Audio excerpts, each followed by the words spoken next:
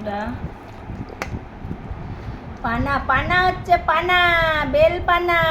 রাত্রিরে শরবত খাওয়া ভুলে যাও, এই বেল পানা খাওয়া ধরে নাও। শরীর সুস্থ থাকবে, পরের দিন পটি ভালো হবে, খুব ভালো। তাই তো দিদা? হ্যাঁ, গুড়ের মতন মিষ্টি।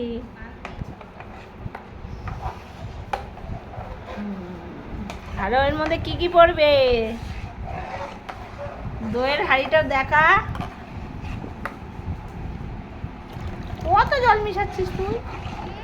এইটাই ধোকা হয়ে যাবে। কত জল মিশতে হয় জানিস? এই জল দেওয়া তাই দই দিয়ে ফ্রিজে ঢুকাবো, দেখছি ছাকা পড়ে যাবে।